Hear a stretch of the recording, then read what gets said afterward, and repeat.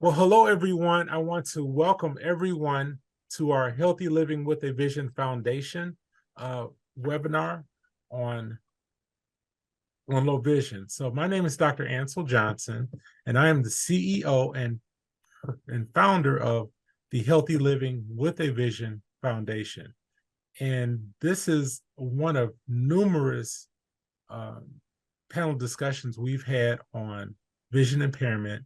And I always like to brag about our foundation programs, and this is truly a world-class panel that we have. We're just talking about, going to have a conversation today about some of the latest cutting-edge technologies that can help and assist people with vision impairments. And I am so excited, and I am reformed under prescriber as an optometrist, under prescriber, under referral for low vision. And I am truly reformed. So I want to introduce the panel today. Well, first of all, let me give you a little bit about Healthy Living with the Vision Foundation. We are a 501c3 non-for-profit organization who's dedicated to eliminating disparities in healthcare in historically underserved communities. And this presentation is brought to us and sponsored by the Spectrios Institute. So I really want to thank the Dr. Williams and the Spectrios Institute for sponsoring this seminar. And we'll have information on Spectrios, who's one of the leading providers of low vision or vision impairment services in Northern Illinois. And I think your tentacles actually reach across the state too. So we'll Thank you, Dr. Johnson. Dr. Williams talk about Spectrios a little bit later, but I'm going to get on with and introduce some of our panels here. So let me get my notes up here. And first I want to introduce Janet Lebrecht, who is former Commissioner of Rehabilitation Services and Administration with the United States Department of Health and Department of Education. And Commissioner Lebrecht actually had to be approved by Congress. So she is known as a extremely energetic advocate for people with vision impairments and people with living with disabilities. And she has never let her own vision impairment hold her back. And she is a lifelong advocate for the blind and the low vision community. Our next person I want to introduce, who you can't see, who's the S, and the S is for Samantha, not just Superwoman, but Samantha, Dr. Samantha McIntosh. And she completed her undergraduate education at the University of Miami. And she also graduated from Nova Southwestern University College of Optometry. And Dr. McIntosh joined the Nova Southwestern University College of Optometry faculty in 2018, where she held the rank of assistant professor and served as the chief of the low vision clinic at the Eye Care Institute for 3 years. And she is currently, I believe, in the Atlanta area in private practice. I'm in El Paso. I'm sorry, El Paso, Texas. I'm sorry, I got Atlanta on the brain. El Paso, Texas. Thank you. And then I want to introduce Dr. Susan Primo, who is Director of Optometry and Vision Rehabilitation Services and is currently Professor of Ophthalmology and Director of Optometry and Low Vision Services at Emory Eye Center. And she specializes in low vision and visual rehabilitation. And she is definitely taking her skill levels not only across the country, but around the world. And we'll let her talk about that in a minute. And the last person, I'm going to let him introduce himself on the line, is Mr. Mark Chalmers. And he's walking the walk just like Janet Lebrecht is. And I'm going to let him introduce himself and see what he has to say in terms of his daily walk living with impairment, vision impairment. Thank you. Yes, so I do work with Dr. Williams at Spectrios Institute for Low Vision. I'm the Access Technology Manager. I've also been a patient there for about 7 years now. So I developed Stargardt's macular dystrophy first sort of showed up in my early 40s and then really impacted my life when I hit my mid 50s. And I had to sort of relearn how to do everything I did pretty much And Spectros is where I got introduced to some of the technology, and I just found it super interesting and amazing, the stuff that was out there. And about a year and a half ago, I retired from my position at a company called Ball Horticultural Company, where I was a facility manager, and immediately started working at Spectros as the access technology instructor. Well, thank you for that. And just joining us, and Dr. Williams, I haven't forgotten you. I'm saving the best for last here, our sponsor. But we have just on that popped on our feed is Dr. Paris Wright. And she is, I'll let her introduce herself, but she is also a national speaker in the area of low vision. I just saw her in Las Vegas, where she was speaking at Vision Expo, which is one of the largest eye care meetings in the country. So, and she is also on faculty at Chicago College of Optometry, Midwestern University, where I can say that I am adjunct faculty also. But Dr. Wright, can you introduce yourself and kind of fill in the gaps for me? Sure. Thank you, Dr. Johnson. So he said most of it, I guess. But so I've been on faculty at Midwestern for about 5 years. I'm an associate professor there. I am director of the low vision rehabilitation course. I've been doing that since I've been there, but my residency training is in geriatrics and low vision rehabilitation, which I completed at the Birmingham VA Medical Center. And so I've been doing low vision for a little while now, over like 16 years, I think.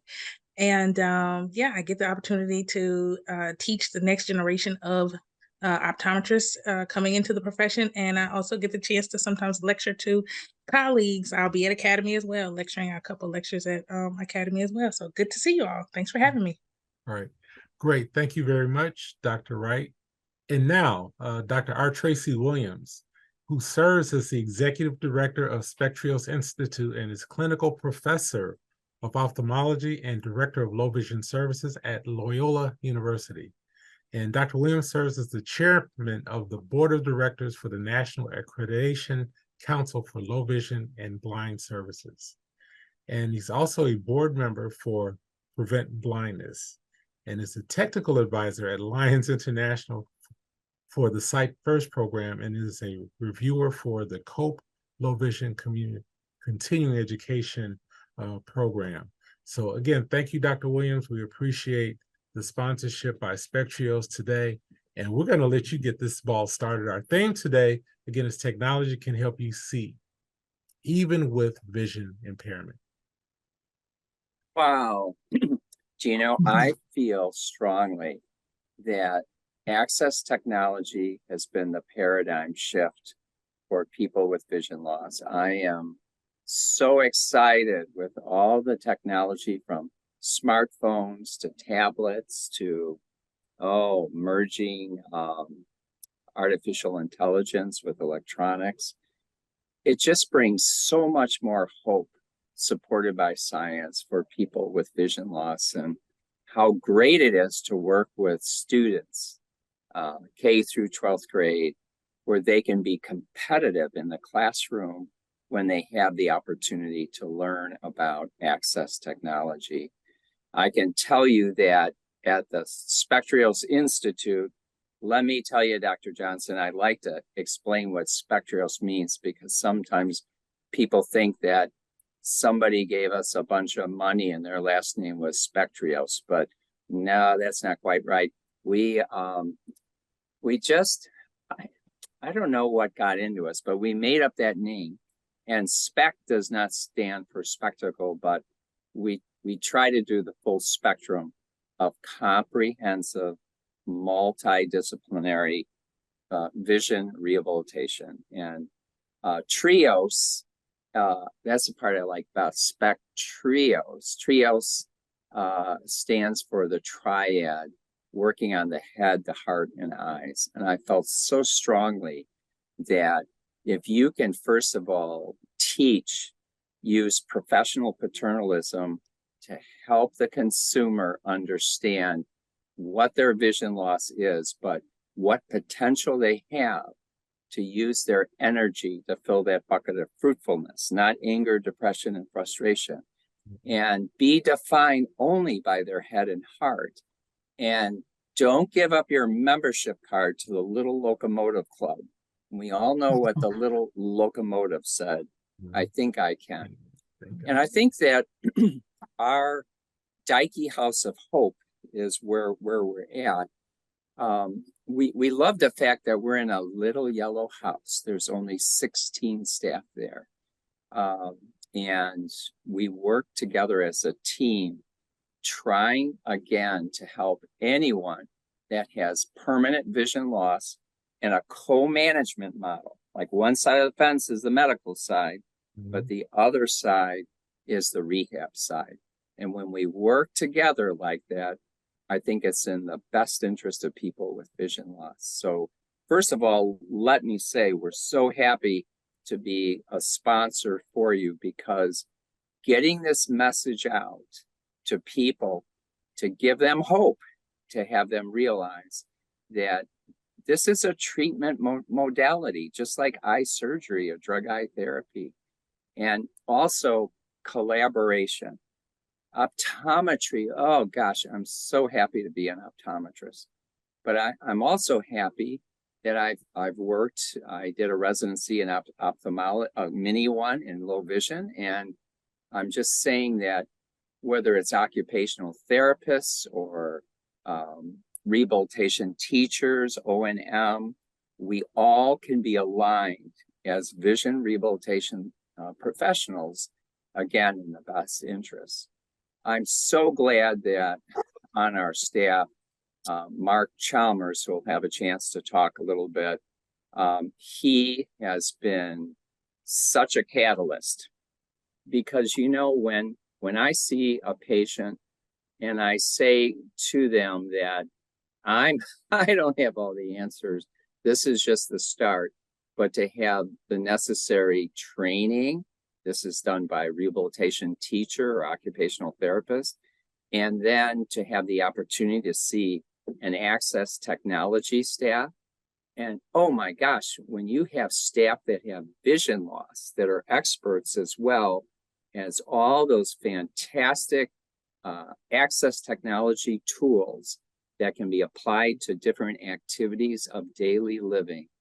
You go from an apprentice carpenter to a master carpenter, and also helping people cope.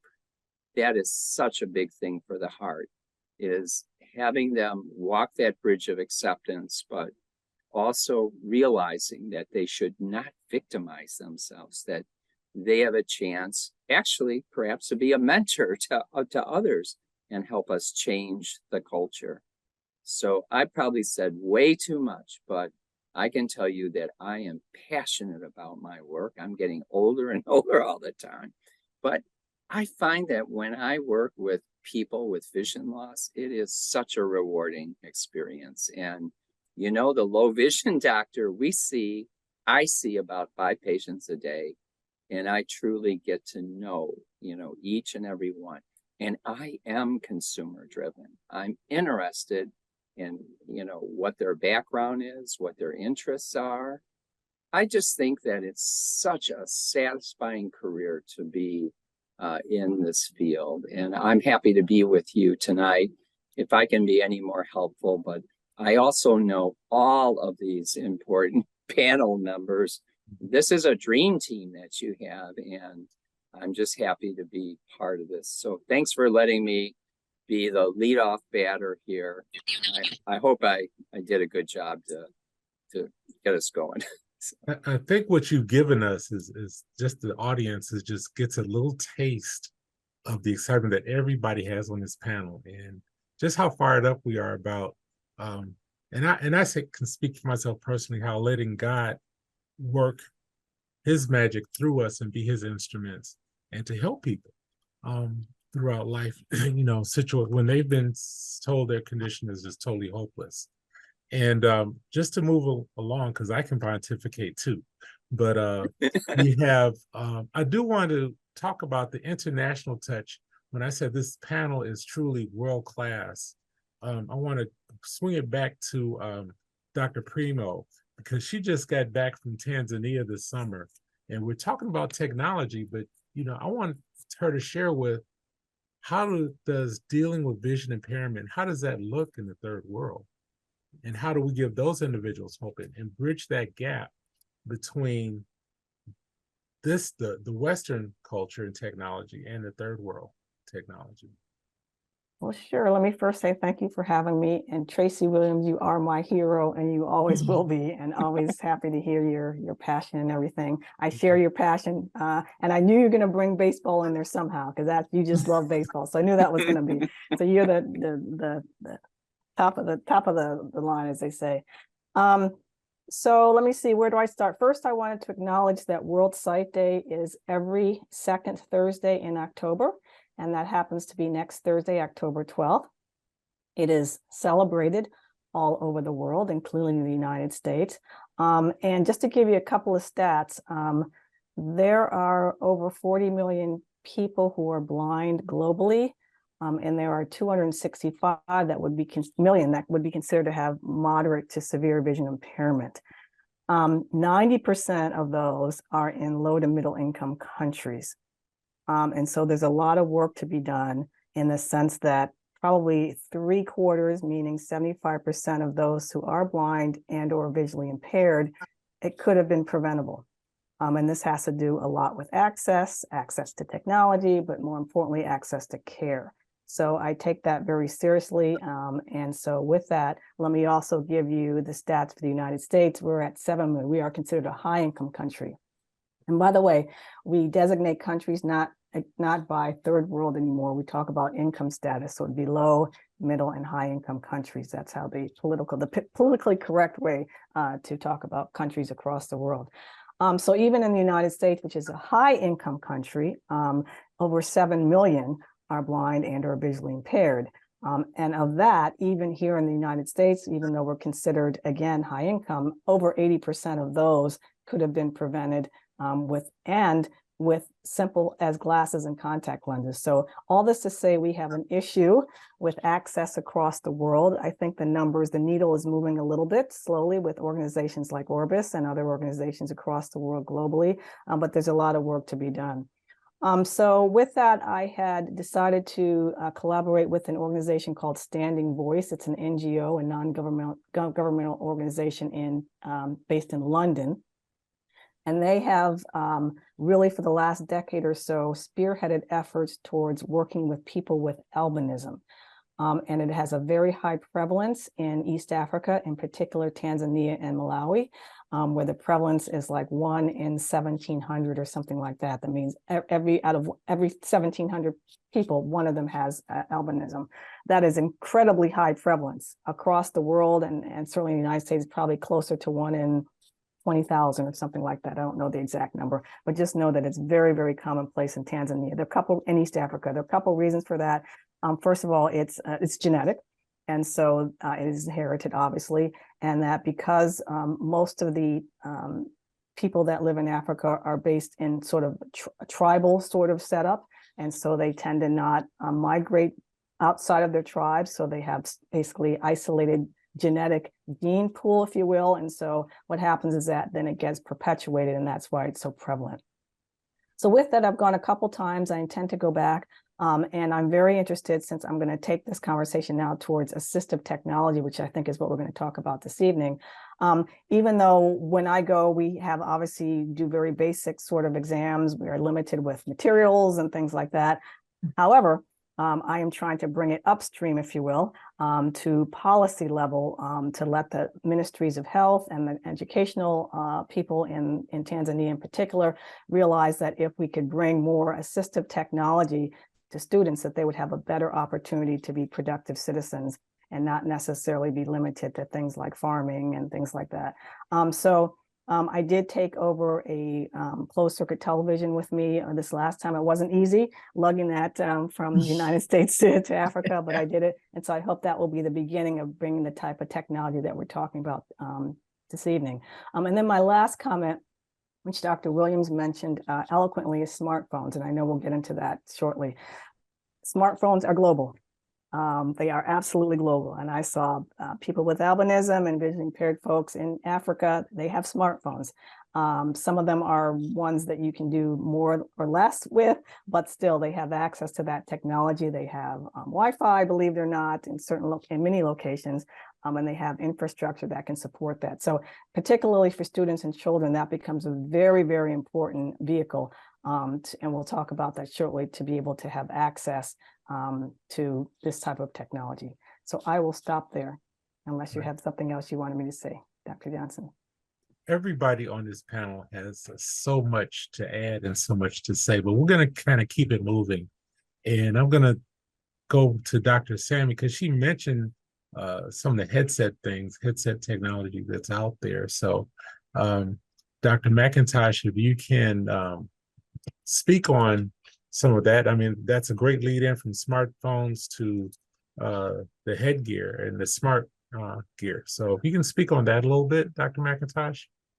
Definitely. Thank you once again, Dr. Johnson, for having me today. And I'm going to piggyback a little bit on what Dr. Primo mentioned, then I'll talk a little about the headsets after. So smartphones have totally changed the game. And I think everyone who's like millennial and Gen Z, smartphone is it's what we're born with, right? Almost in the hands, especially with the Gen Z and the Gen Alpha. But smartphones have definitely changed the game, especially the apps. Many of the apps are free.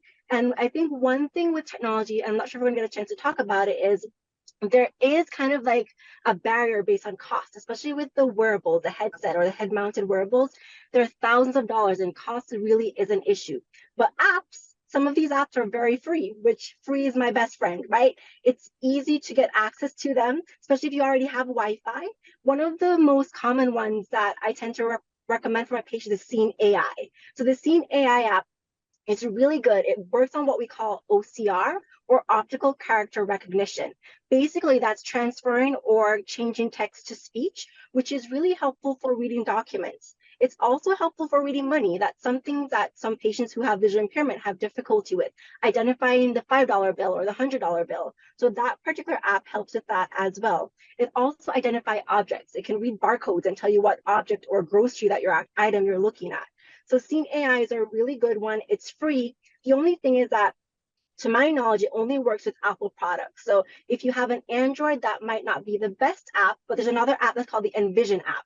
And that app works both with your Android as well as your Apple products or your iOS products. Another app that's really good is the Be My Eyes, and that has been around for a while. And that's basically allowing an individual to use their phone and the camera on their phone and link up with anybody who has actually signed up for the app to be their eyes, essentially. So what happens is, for example, I might be a visually sighted person and I enroll in that app. And if I have time, basically, if someone who has visual impairment has difficulty, they indicate on that particular app and it goes through those individuals who are available. And if I'm available, I'll answer the call, and the visually impaired person or person with a visual impairment will say, I'm looking for my keys on the counter. I can't find it.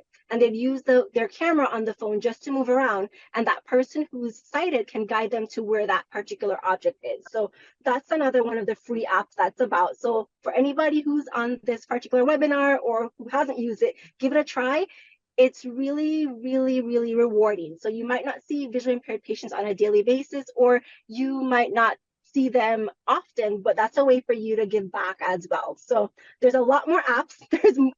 There's a saying, right? There's an app for that. There's a literally app for everything. But those are kind of the two common apps that are free that I think is really beneficial for our patients. The next thing that I'm going to talk, oh, sorry, go ahead. No, I was just saying that's fantastic. It's phenomenal. The next thing I'll talk about is the headset. So I love technology. I love the wearables that are coming out. They've actually been around for a very, very long time in some shape or form, but they've kind of either exited the market and then new products come onto the market. But with the wearables, I always caution people. It's great, but it's not for everyone, right? So I usually describe the wearables as kind of like the virtual reality video games headsets that you see people wearing. That's kind of what most of them look like. But with these particular devices, they have a built-in camera, and that camera captures the environment that an individual is trying to look at. And that image is then projected onto the screen in front of the eyes of the wearer or the user of those devices. Now, they are helpful, but it's not for everybody. Just like how a BMW might not be for you, you might prefer an Audi. It's very, very different. There are different ones on the market. And each of them have different, I guess, pixels is a good way to describe it. The quality of the images differ by the particular devices. Now, what's really nice with these devices is many of the kind of, I don't want to say old school, but the older devices, like if it's a handheld magnifier or if it's a telescope, you can only use it for one particular task, a near task or a distance task. With the wearables, what's nice is you can actually use them for various tasks. So reading, looking at the computer, if you want to be able to sew, if you want to be able to look at distance objects, if someone's playing a game, you can do all of that with the wearable. But as I said, it's not for everyone. Cosmetics sometimes is an issue for people, right? Not everybody wants to be noticed that they're having something that looks different from the typical environment or people within their environment. So cosmetics sometimes an issue. Sometimes even with those headsets, I've heard some people have a headache or it might be a little bit too heavy for them. There's really a lot on the market. I can't talk about all of them by any means. I'd probably take up this entire call, which I'm not going to do, or webinar. But some of the most common ones are the eSight. And the eSight has gone through different variations. The one that's available right now is the eSight 4. There's supposed to be a new iteration on the features that's supposed to come out in 2024. It's going to be called the eSight Go. And I think they've changed the features so it no longer is a complete headset that is completely on the head, but more like a pair of glasses. So I'm interested to try that out myself to kind of see what it feels like and what it looks like. Another one that's on the market is the Iris Vision Inspire. So these are all the wearables that are out there, but they're a couple $1,000s or more. They're not cheap by any means. So even though what I've encountered, patients might love them, but the cost is a total turnoff. Because if, for example, if they're in the elderly population and they're on a fixed income or they're on Social Security, that kind of goes way past what they're able to afford. So hopefully with policy, I don't know when it'll eventually change, but something needs to change to really be able to provide patients with the access. We have the technology, we have it here, but cost is a limiting factor. And I don't know if I want to segue, if that's okay with you, Dr. Johnson, to Mark. Maybe he's experienced some of the wearables or tried some of them to give feedback. Yeah, I do want to mention, again, Healthy Living with the Vision Foundation. We'll have a link for donations. And one of our missions will be to raise funds for some of these items that are going to be really cost prohibitive for a lot of people. So that's part of our mission too. But I do want to segue. We're gonna talk to Janet and Mark in a minute.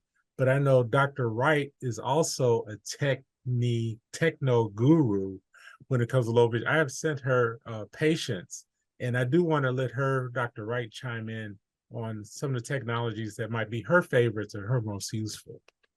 So I love technology.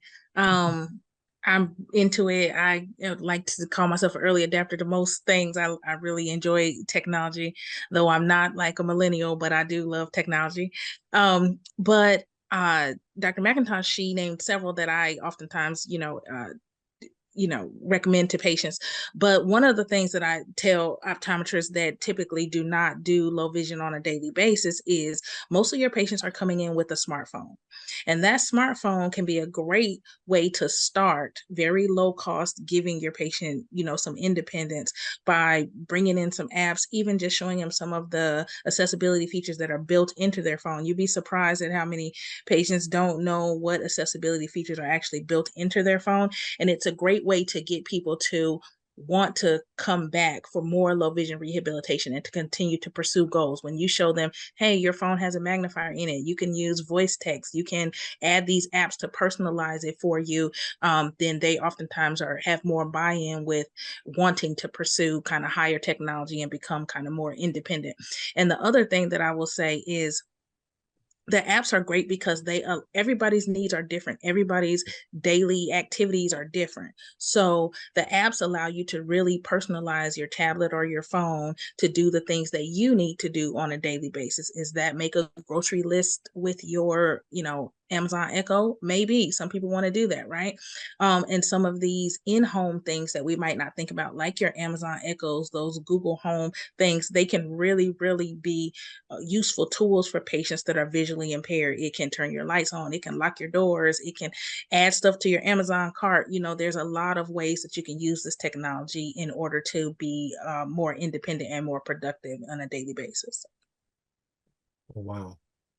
Thank you. Thank you so very much. And so now I want to circle back to Janet Lebrecht, who is, when we talk about policy, Dr. Primo, you talk about, governmental policies and at a very high level. Janet has been there, done that on the congressional level. And so I'm sure she utilizes a lot of this technology. You look marvelous, by the way, on this transmission. But I want to let you talk a little bit about the technologies that you use as a person who's walking day to day with vision impairment. Sure. Thank you for having me. And I have to say for a moment to Dr. Primo, I was laughing to myself when you were talking about carrying the closed circuit television over on your trip to Africa, because I can remember being in high school and having a closed circuit television and just having to literally lug it between classes, and how far we have come since then. I certainly am an avid user of technology, and it's just growing so quickly that it's hard to keep up, even for those of us who use technology. And we have so many choices now, as opposed to when I was growing up. We barely had the closed circuit television system available. We were using large print books, then we didn't have all the electronics that are currently available now. So I am incredibly excited for young people who are using technology today, and certainly are growing with that technology. I use a range of technology solutions also for myself, both at home and when I travel professionally. Someone mentioned the Be My Eyes app. I am a huge fan of Be My Eyes. Because you can use it in just about any type of an environment. I also use it, I'm not sure if this was intended to be used this way, but when I'm traveling and I'm getting ready for a business meeting and I'm applying makeup, I use Be My Eyes as my eyes, so that I can get a confirmation about whether or not I'm applying makeup evenly. And so I love that independence, and to have that flexibility and the ability to do things the way the average person would do them. And I also love the technology, certainly in the workplace. And there are lots of ways and lots of opportunities for individuals who are either in school, they're in work, they're in job training programs. There are lots of opportunities to interact with agencies and organizations, both that are private nonprofit organizations or state agencies. And federal programs where individuals, if you're using their services, or if you're applying for services for them, and you're in job training programs with vocational rehabilitation agencies, for example, if you are actively seeking or receiving services from them, you're eligible, potentially eligible for services from those individuals, which includes any type of assistive technology, computer training skills. Looking at ways to also make sure that individuals can be independent in the college classroom or high school, in the community, having mentors, to help as well. I am a big proponent also of encouraging low vision programs across the country to consider making sure that they are also interfacing with some of these other programs as well, because they're sharing patient communities with some of these agencies and organizations. And many of the low vision providers within hospital settings or university settings across the country are in fact partners or having some type of a relationship with some of these programs. So it's really important to keep those connections moving forward for the purpose of the individuals. I also have to say that I'm incredibly excited about artificial intelligence. And I think it's safe to say that, particularly for the blindness community, but the disability community in general, that artificial intelligence for us has been around. We've been using it, and some of the technologies that are out there today, the mainstream technologies, really were technology solutions originally for individuals with disabilities. And so I'm really excited about artificial intelligence. I think it is going to advance and certainly increase independence. And it certainly does introduce barriers around security, those kinds of issues, but those are issues that everyone has to work with, and things have to work out. And that's where your policies, come into play, because we need to make sure that those policies are protecting all of us as end users. And so I think that there are just so many varieties and so many ways to use technology today, whether it's artificial intelligence or technology that is wearable. I think that it really does give people that ultimate choice and that flexibility and that freedom. And then finally, I guess I would say that one of the things that we'll be doing this month in Massachusetts is we are unveiling the first tactile image, 3D tactile image, that will depict the brain in terms of the neural pathways, showing patients in the clinic who are coming to low vision clinics exactly where the vision systems are within the brain. And we are using digital technology and technology solutions that individuals, while they're in the waiting room, for example, can learn, and they can have hands-on through digital sensors with feedback, learning about different conditions, learning about the pathways of the brain that the vision system actually impacts whatever condition it is that they have. So we're really excited about that, because no other low vision center has that right now. So we're launching that this month, and hope to see that every low vision center across the country have that kind of technology available. And it's got so many ways to use that information to support growth, to help with medical compliance, and certainly to inform patients and their family members with that type of technology. So as you can see from hearing from everyone today, that there are so many options available. Cost factors are absolutely, I think, very, very important and can be cost prohibitive for individuals, but there are also numerous ways to look at potential funding streams for that type of technology, or to look at alternative approaches to it, because we do have so many options available. So thank you for having me today. Thank you for talking about technology. And I really appreciate hearing from everyone here on the panel as well. Well, thank you so much, Janet. And I'm sure Spectrios Institute will be getting in line with that technology too, because we know that Dr. Tracy Williams and Spectrios, they are a cutting edge facility. And then next, Mark Chalmers I'm going to let you talk a little bit about your walking that walk, just like Janet, and how you utilize technology, and just how your walk is day to day, and your thoughts and ideas. Thank you. So I'm going to fill around. I'm going to add to some of the things that were already mentioned. I'm equally as passionate as some of the other people that have talked about some of the things. So on the smartphones, I will add, there's an app called Google Lookout, and that is a very close Android counterpart to Seeing AI. So anybody that has an Android phone should be using Google Lookout, and I actually think it's a little bit better app than Seeing AI. Seeing AI does a wonderful thing for reading documents, reading text, reading signs, reading labels. Google Lookout is just a little bit more efficient in how it does it, and user friendly. So that's a very good one for people that have Android phones. There's an app that I learned about recently called, the letters are, it's OKO. And that is an app, this one's only for iPhone. And this one can help you cross a street safely. So you have to use all the things that you normally do. You're listening, you're watching traffic patterns, but this app, when you open it up, it activates the camera, and the camera will let you know whether the pedestrian sign, whether the walk sign is on, whether it's flashing, or whether it's a don't walk sign. And it actually works pretty good.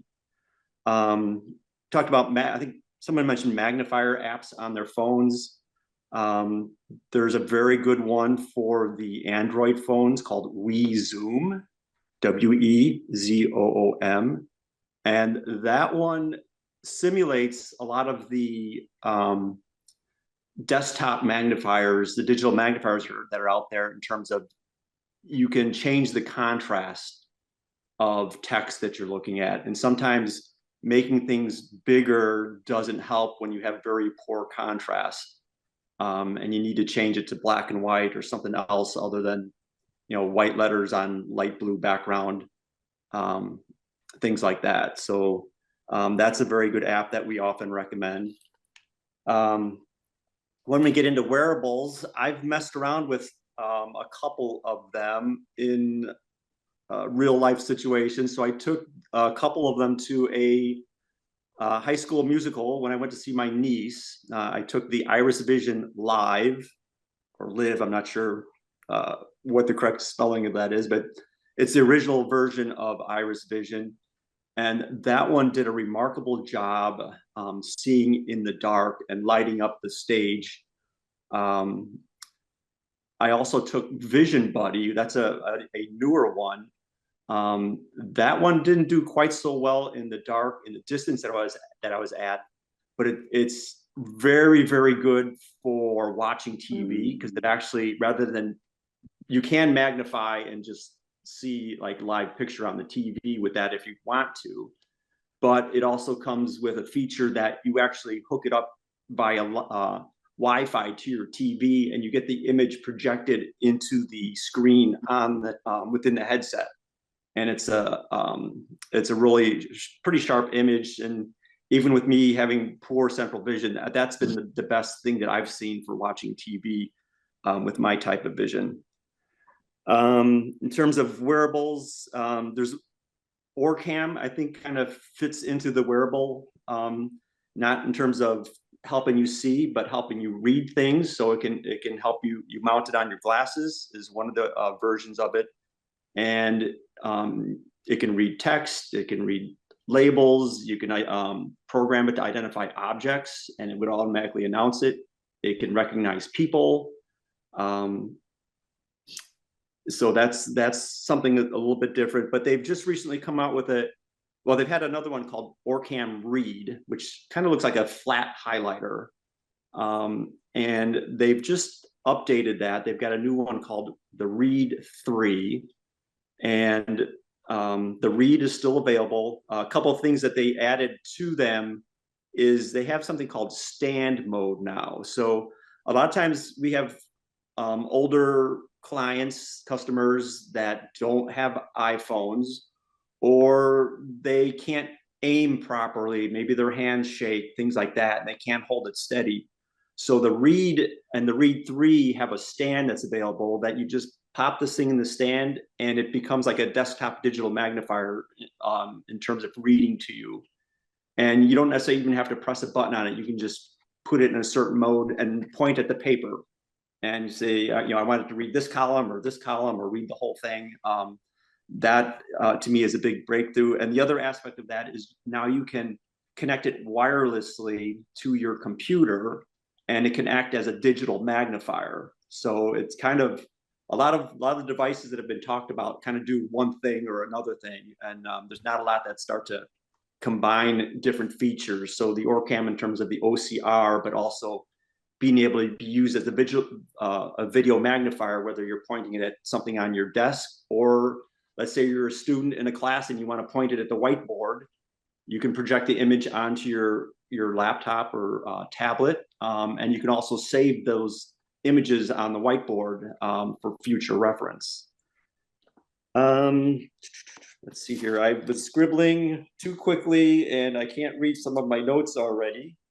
Other things that we do, people talked about accessibility features are built in. So one of the, I think the benefits of going to a low vision facility to get training on those accessibility features is that we have a lot of people that come in and said, yeah, my son is, or my nephew, or my grandson's, he's really techie, and they go through and they do the normal vision adjustments that visually the people that have good vision know, like just the normal display settings, and they don't necessarily venture into those accessibility settings where there's lots of little things that you can do that can make a difference and make things even easier. for those devices. And the same thing applies to computers. So one thing that we encounter a lot is people come in and they say, I can't see my laptop computer anymore. And some of the changes that we make on that is, we recommend, this isn't necessarily high tech, but it's just a different, you have to think of different ways of using the technology sometimes. And it's a lot of times people have not thought about plugging their laptop into a bigger external monitor. And sometimes that's all it takes. But then there's other settings. There's a lot of good settings in Windows and in the Mac where you can change the text size and magnify, invert colors, do high contrast, all sorts of things that can make them use those devices again. So a lot of times, once people get in, we get them started, they can gain back some of the things that they used to be able to do. And that's kind of our goal is, what do you want to be able to do? And then we start focusing on the items for that. Personally, one of my favorite things, I don't know if you can see that, this is a handheld digital magnifier. I have a magnifier on my phone, and all I have to do, this is probably magnifying my screen right now, but your teeth look big and wonderful. Look through the magnifier. Very good, thank you. So, all these devices cost money, and this costs, about the same price as a cell phone, a smartphone. And, I use the magnifier on my smartphone quite a bit, but so it's like, why do I want something like this? Well, something like this for someone that likes to use their hands and do a lot of things.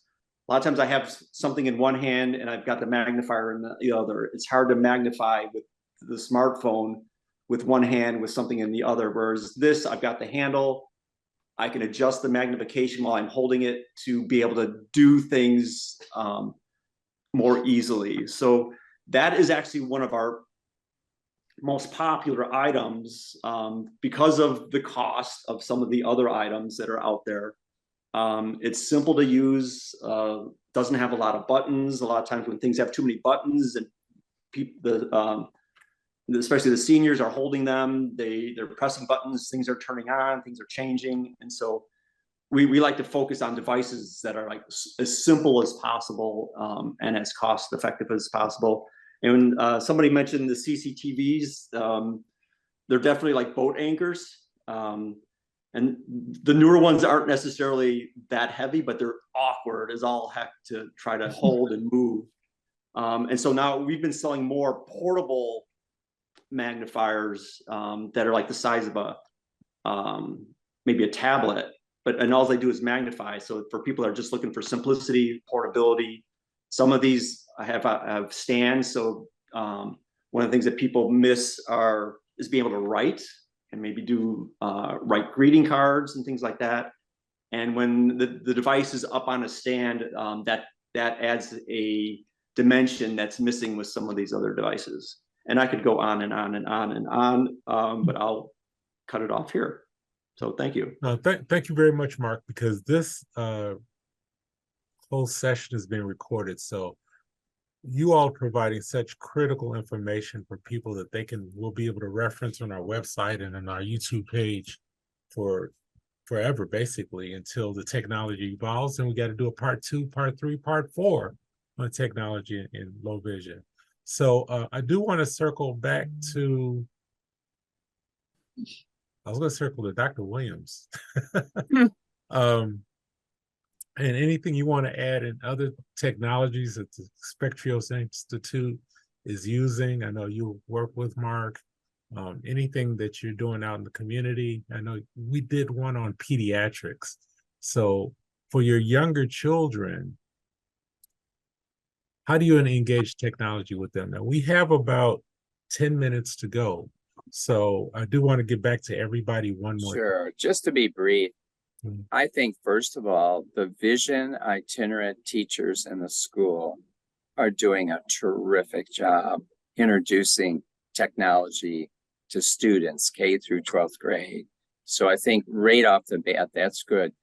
We have a program where we go out to the schools and we let the vision itinerant teachers identify 6 students and we do a comprehensive low vision evaluation, and we just try to provide great data.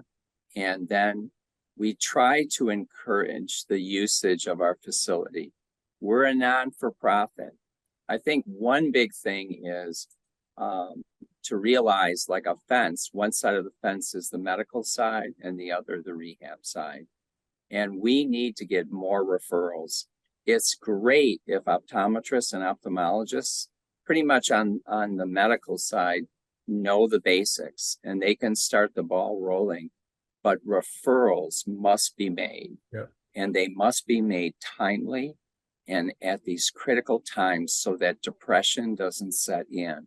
And I think what's critical is if these referrals are made, people really get to go to a facility, for example, non-for-profits that have a development department.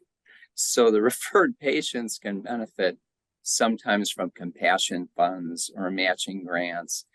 And you just are not going to find a lot of these facilities that have the full complement of players. And oh my gosh, how about hiring people with vision loss who are gifted like Mark? It's not just what he shared with you. He walks the walk every single day. But how inspiring is it for someone with vision loss to meet a champion like Mark, for example, to motivate them? If he can do it, let me tell you, it's hope. So thanks, Dr. Yeah, if I could just jump in really quick and add to that. So when I first came to Spectrios, my first introduction into technology was by someone that was visually impaired. The next time I went there to learn more, it was someone that was visually impaired their entire life. And as Dr. Williams says, that was like very inspiring and motivating to me, that you can do things and do things like everybody else. You just have to do things a little bit different. And a lot of times when I'm sitting with customers, I hear them say that it's like, I'm the first one that they've met that's visually impaired. And so to me, it's like super important that any facility that's working with visually impaired people have someone there that can help out and give, lend an ear. Yeah, and Mark, that lends me to saying, my pastor would say, different does not mean deficient. So I take that home. But I want to let Janet talk a little bit, because we touched a little bit on policies and what can we do as not only as optometrists, but what can the general public do to help us affect policy? Who should we talk to, and what resources out there can we look to? Sure. I think it's important to know who's in your community, know what services, know what organizations are available within your community. And I think certainly the low vision clinics that are in the community can be really helpful with that, because oftentimes they're interfacing with other government agencies or non-government agencies. There are also support groups that are available. So I think that individuals can certainly reach out and find out where some of those support groups are. There are blindness specific agencies and organizations also, both private as well as state agencies, where individuals can actually get involved with some of those organizations. They are nationally based, but they have regional locations and local locations across the country. You have the American Council of the Blind. You also have the National Federation of the Blind. There are also other organizations like Fighting Blindness that have chapters all over the country and internationally.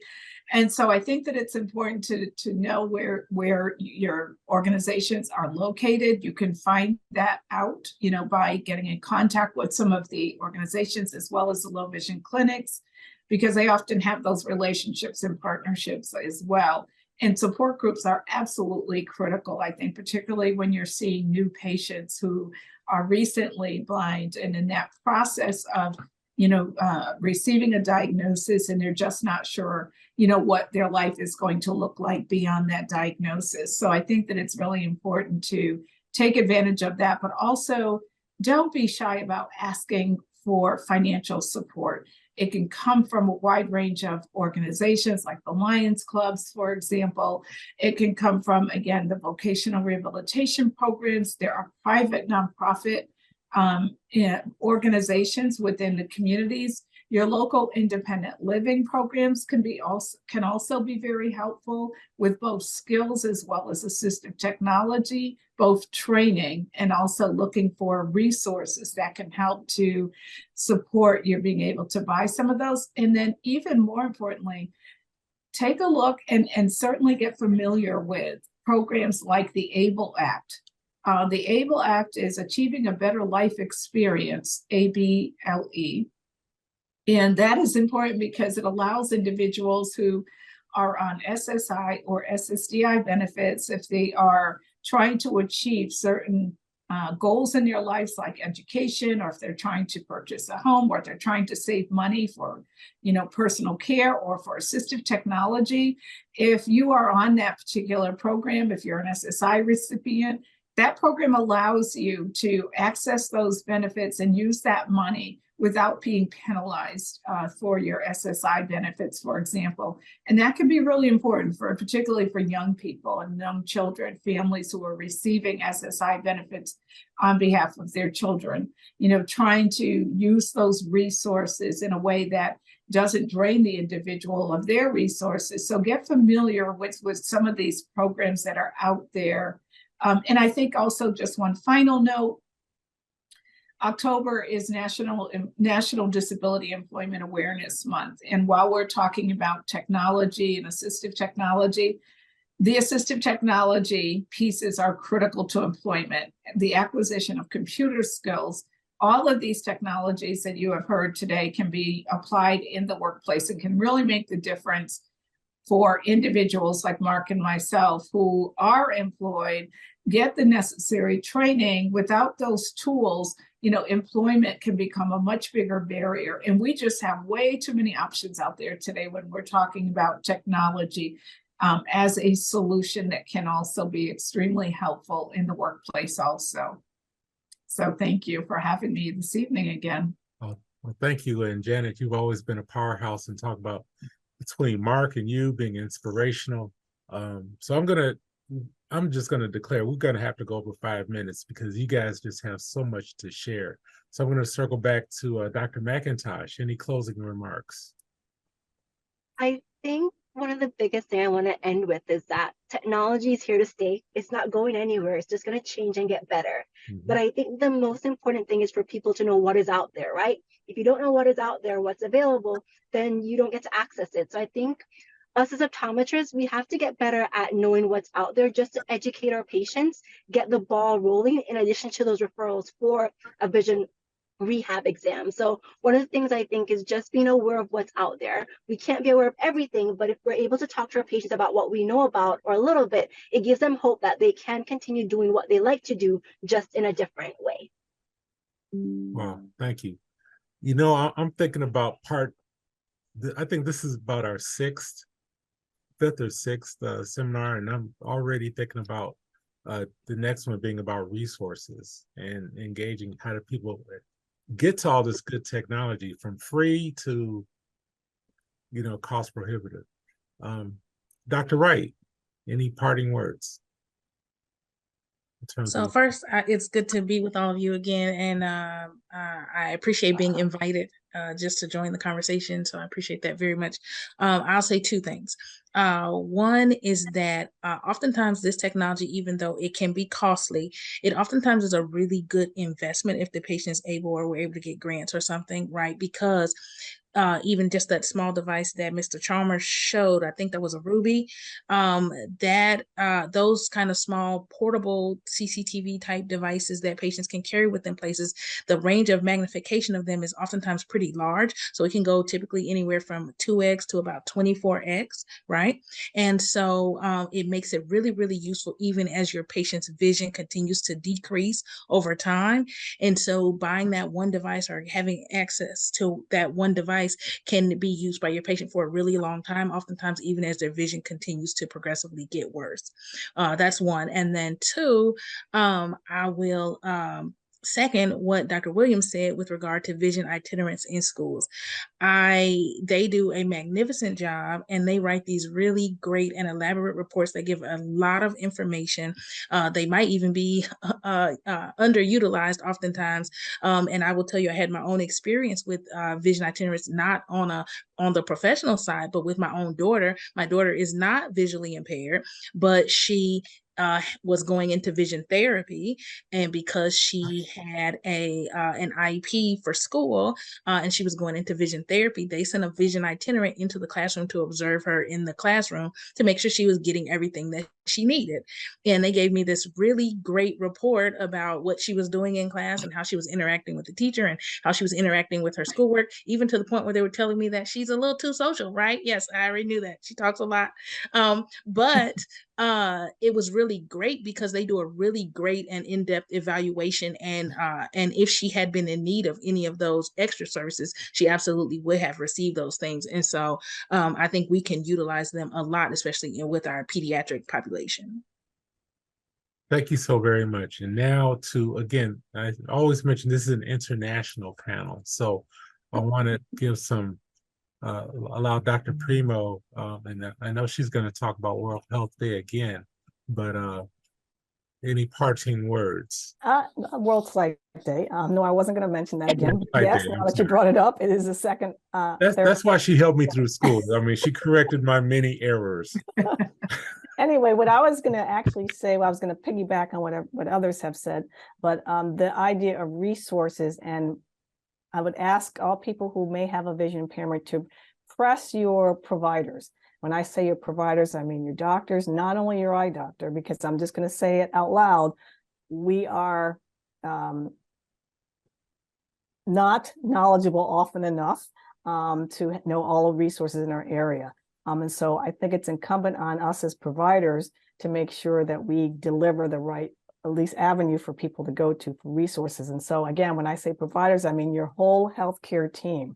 So even your primary care provider and the other people you may go to, encourage them and press them to be able to share with you, or at least have the knowledge, the other resources that are in the area. It's hard for somebody to maybe know everything that's out there, we've already talked about, but you do need some help from your providers. And so that I would say press your medical team a little bit further. Thank you very much. And I think Healthy Living with a Vision Foundation, that could be one thing we can take on to be a resource. So we identify providers and provide them with information, and facilities like Spectrios and facilities like Chicago College of Optometry, where Dr. Wright is, to let people know. And we have to remind people the things that are out there. And now I'm going to let Dr. Tracy Williams take us home in about a minute. All right, real quick, Yeah. Invest in yourself. No, I just recently paid $900 to have my Cocker Spaniel Bootsy have 2 teeth pulled and had a little growth on her mouth. She loves to eat, and she wasn't eating. It cost $1,000 to have that done. And then I asked myself, would I spend $1,000 on myself? So I'll just tell you, to some extent, dare to be great and invest in yourself. There is hope, and you must be defined by your head and heart, not the vision loss. And thank you, Dr. Johnson, for being our quarterback, our host, our facilitator. You do a beautiful job, and it's a privilege to be with this great group. Well, thank you for that. And all of you all have been such a blessing. Mark, man, I'm so glad to meet you. You talk about a big inspirational. Thank you. Thank you, Dr. Primo. Without you, I wouldn't be here through Nuenco. So I appreciate you still helping me out. Janet Lebrecht, wow. I mean, again, always inspirational. Dr. McIntosh, thank you. Bringing the technology insight that you have. Dr. Wright, as always, thank you so very much. I got a patient that I just sent to you, that I'm sending to you this week. And of course, Dr. Tracy Williams and Spectrios, thank you for your support. Thank you for your sponsorship. And as always, I wish everyone to be well, to see well, and be blessed. So thank you, everyone.